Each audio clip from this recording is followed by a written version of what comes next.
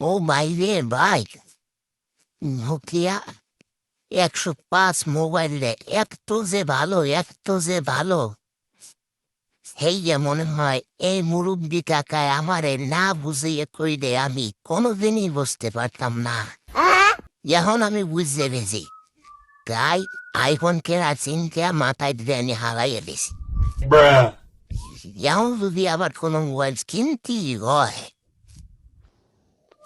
তাহলে আমি এই নোকিয়া 105 মোবাইলটাই কিনবো। কারণ আমি জেনে গেছি এই মোবাইলটা দিয়া বিদেশেও কথা কওয়া যায়।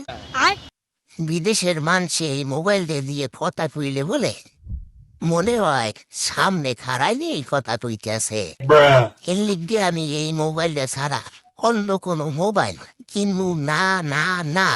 আমার এই মোবাইলটাই লাগবে। এত ভালো একটা মোবাইল।